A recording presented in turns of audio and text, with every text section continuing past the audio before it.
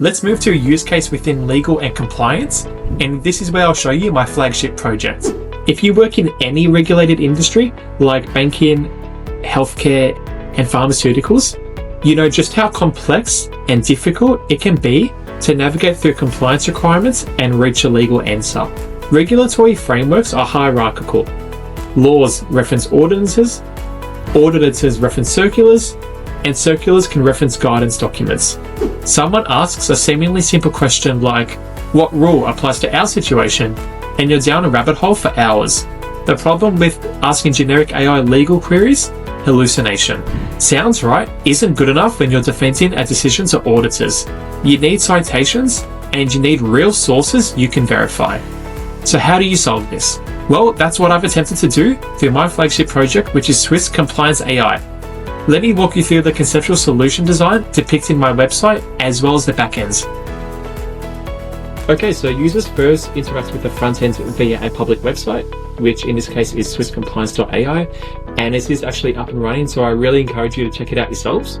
The web requests first hit CloudFront, which is AWS's CDN, and also our edge security. So it's doing WAF filtering, DDoS protection through AWS Shield, and also caching the site at various locations for greater efficiency. Valid requests then get forwarded into our private subnet to an ECS Fargate specifically. And this hosts the front end, manages user sessions, and also orchestrates the whole retrieval pipeline. I chose it over an EC2 instance, for example, because it is serverless. There's no need to patch it, such as you would need to for a VM. And also it allows for auto scaling. So when a user asks a Swiss legal query, Fargate will then call our Lambda function, which is our GraphRAG engine. And in reality, you could combine these two functions just into the one ECS Fargate.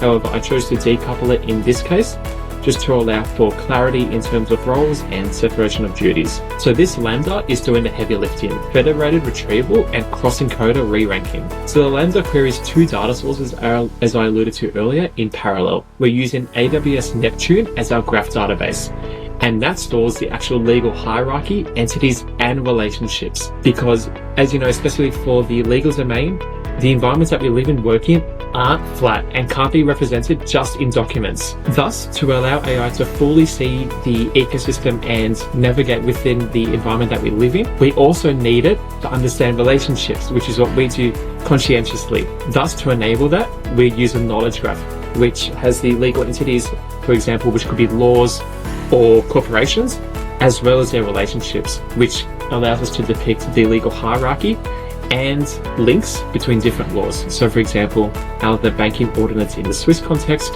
implements and provides more detail on the Banking Act. For example, the Anti-Money Laundering Act has parallel scope to the Banking Act, are two forms of relationships which a GraphDB allows us to define for our AI to understand too. And for the VectorDB, we're using AWS OpenSearch, and that does hold the actual document embeddings of the legal laws. The Banking Act, as I alluded to earlier, and also FINMA Circular 2023-1 on operational risk management is another key example, allowing for semantic similarity search of those law articles and contents. Okay, so when you combine those two, you allow for graph traversal plus semantic similarity, and that allows for GraphRAG. We then re-rank the results using a cross-encoder to surface the most relevant chunks.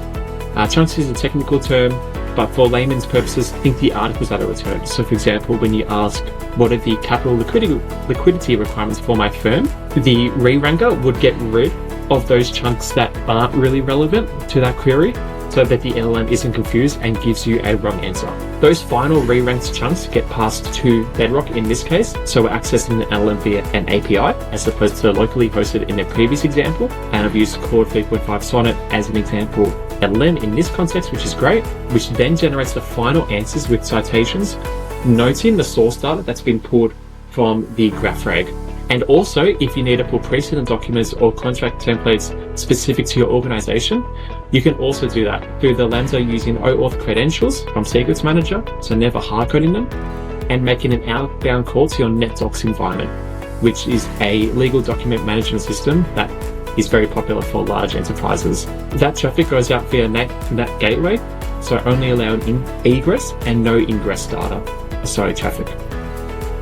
So this secure architecture results in legal answers that are traceable, verifiable, and truly based on the real complex regulatory ecosystem, thereby addressing the extreme risk of AI hallucination, especially within a legal domain.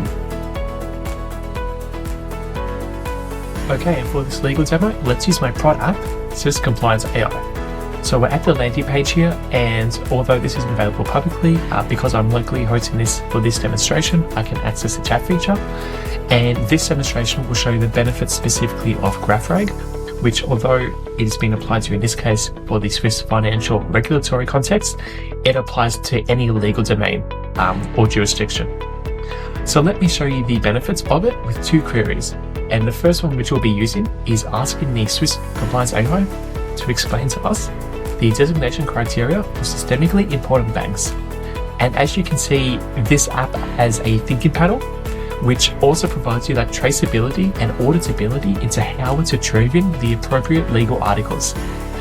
So in this case, we can see that it is utilizing graph relationships, which I alluded to earlier, which allows AI to actually understand the environment which you operate in, which is especially pertinent to the legal domain, which flat files and vector DBs in isolation cannot adequately depict. So for example, we can see here that already we're seeing links between different articles. So Article 8 of the Banking Act implements Article 62 of the Banking Ordinance, and also cross levels, the legal hierarchy. So the Banking Act is linked to the Banking Ordinance, which is a different level of legal hierarchy, as well as FINMA circulars through FINMA Circular 2023-1, and then RN 61 to 68 is the actual reference.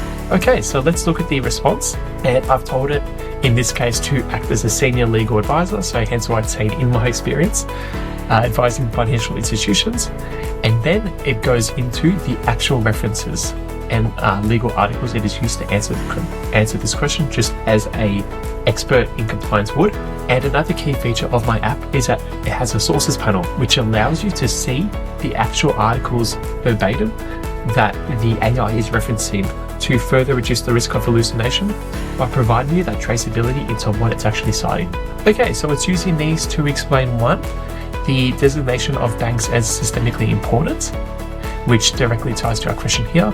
So for example, if they provide functions that are deemed systemically important and vital to the Swiss economy in this case, it then talks about practical applications through major institutions like UBS, where it then links to a different article, so Article 9 of the Banking Act, which states that systemically important banks shall meet special requirements, which it talks about here. And another key feature is that within assistant prompts, I really told it to hallucinate as little as possible and paraphrase as little as possible to maintain that legal wording, which is especially important to avoid confusion or ambiguity in responses.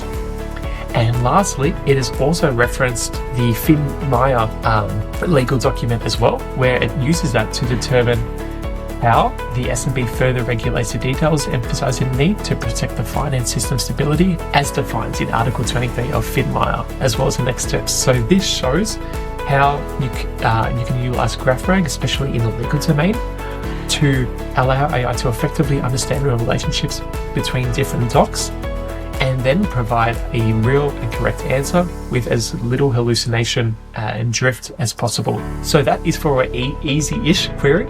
Now let's see for a hard one, which I entered earlier, and now we're asking it to explain capital adequacy requirements across all three levels of Swiss regulation, so acts, the Banking Act, ordinances, and FINMA circulars.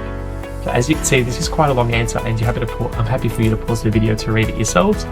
But as you can see, it is effectively traversing and navigating through the different levels of Swiss hierarchy, also interpreting and synthesizing those in the answer. So for example, it says that the banking ordinance provides further detailed guidance on how capital adequacy requirements defined in the Act, so the higher level, are to be implemented. And then you can utilize the sources panel to really see what article it's actually referencing and how to determine yourselves if there's any hallucination, and to ensure that you also understands where it's coming from, so that it isn't a black box as opposed to generic chatbots.